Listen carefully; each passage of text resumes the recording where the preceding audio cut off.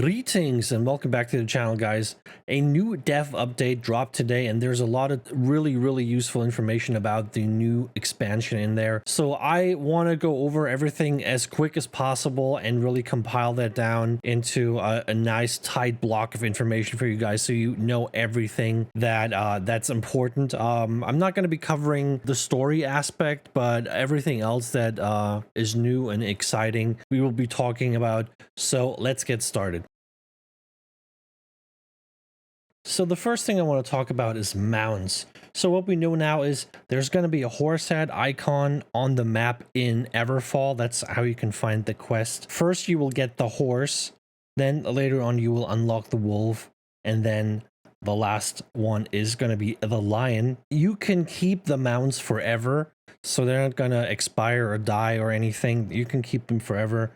You can rename the mounts. Apparently they come with pretty cool names, but if you want to give them your own name, you can. Quests in alternative ways can improve the trait skill. That's what we've learned. So doing the quests, and we heard about races and stuff like that, so you can partake in those, and that should increase your horse riding skill. There's also going to be a trait skill attached to the horse, and the more trait skill you have, the faster the mount will become. Mounts will have slots for buffs and decoration. We've seen that. They seem to also have slots for consumables.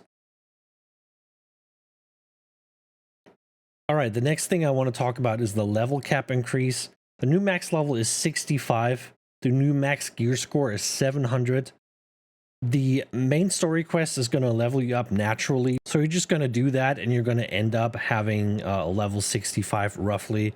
The devs also mentioned that when you do the main story quest, you should end up with a gear score of roughly 650. The levels and the new gear score are going to give you new attribute points. There are going to be new attribute threshold bonuses at 25 and 350, and expertise and umbral upgrading are going to be gone. We got a little bit of information about what's going to happen to perks. As we've already heard, wards and banes are going to be gone, resilience is going to be gone, and they also mentioned a potential nerf to attunement weapons because they might be a little too strong.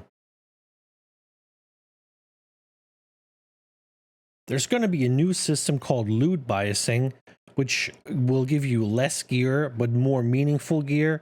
And the way it works is it's kind of based on your currently equipped gear, your equip load, and the stats that you have at the moment of getting the gear. That will influence the kind of items that you get. So if you're wearing light armor and you got a bow on you and you got let's say a rapier, then the system will prefer to give you these kinds of items. They will give you more light armor, more bows, more rapiers. So that's basically how the system works.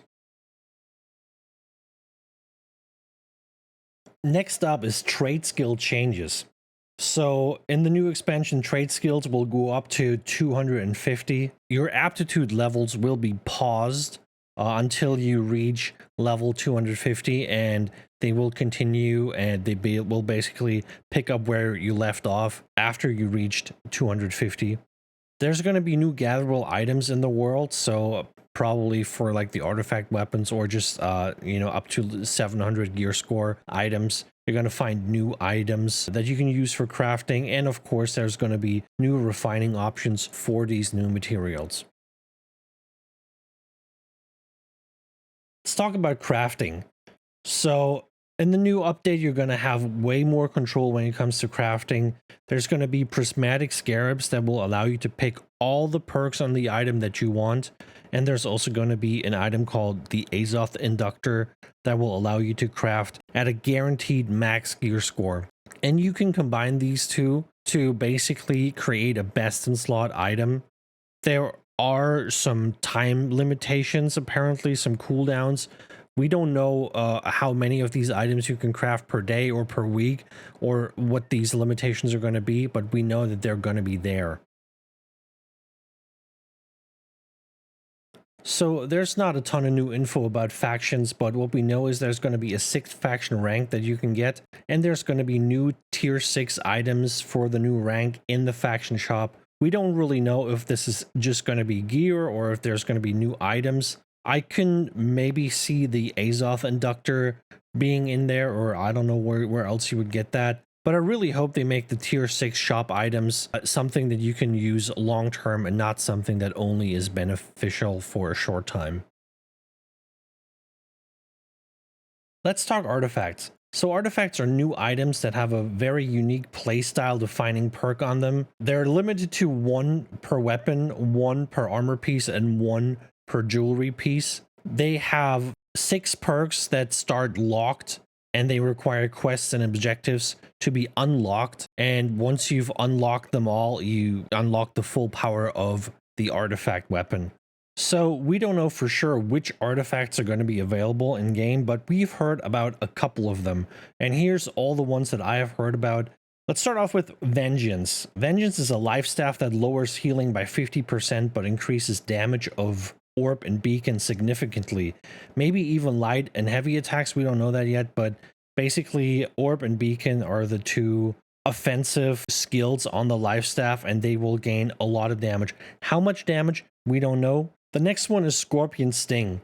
Scorpion Sting is a spear that turns your javelin into a pull instead of a knock. So instead of knocking people away from you, you're going to pull them in. The next one's going to be the Wall. The Wall is a big tower shield that increases your block stamina at the cost of disabling your dodge. The next one is Plague. Plague is a blunderbuss that deals burn damage with every ability. Then we have the Abyss. That's a great axe that scales off intelligence and deals void damage. And then there might be a void gauntlet called Life Taker that applies disintegrate with every ability. Expeditions are changing. Regular expeditions become story mode and therefore a lot easier to do. Look at this as kind of a casual PvE thing. Mutations are only going to have 3 levels. M1 is more challenging, but with the 650 gear score that you will have after the main story quest, they should be no problem to do. M3 is going to be the max and is going to be a lot harder than M10 previously. All mutations are going to have similarly good rewards, but M3 will get you there a lot faster.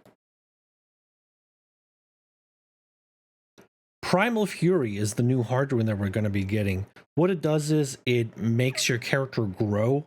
It turns your light attacks into unarmed swipes, turns your heavy attacks into unarmed leap abilities that can knock down your target. There's going to be different versions of the hard rune, of course. One of them, for example, will make you do more damage with your attacks, but also take more damage. And you will increase the duration of the hard rune by hitting enemies with your attacks. And another version is gonna turn this around and make you do less damage, but also take less damage. And the more hits you take, the longer your duration of the hard rune is gonna be. There's also gonna be some map changes. First Light is now called Elysian Wilds. It's overgrown and has new mobs and bosses and quests. Eden Grove has now a settlement and is capturable. The settlement in Eden Grove has a North European architecture. Eden Grove is going to be the most valuable zone to own for companies. And Malevolence is now a solo-oriented place. Some bosses have been moved elsewhere. And as we've heard, the Eden Grove settlement seems to be quite close to Malevolence. Apparently you have a good view of that place. Influence changes are a big topic. Every day you will have scheduled influence races in 3 different territories. Capture points, also known as towers, will become available during these scheduled times. The capture points give influence and boost the influence you get from missions. The PvP missions are going to be closer to these capture points. Capturing points will give salt and PvP XP. Forts are going to be locked for 1 hour after they are captured to provide the owning faction a guaranteed window in which they can benefit from the fort bonus. Influence races will result in a war happening the next day. So the last topic I want to cover is the PTR. What we know so far is the PTR is coming soon. The PTR phase is going to be a lot shorter, And what that means is players will only have the ability to play the PTR for a short time before it goes offline again. So I don't know how long this is going to be exactly, but it seems like we're only going to have maybe a week, maybe only a couple days to play the PTR, and then it will go offline again before the new expansion comes out.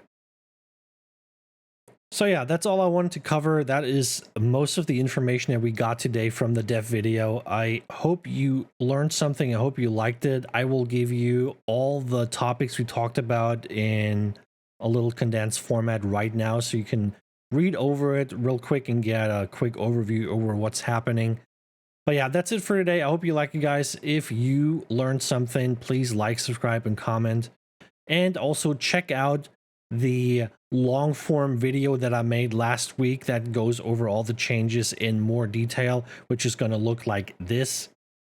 So go over and watch that video, and I'll be back with a new video soon, guys. Take it easy.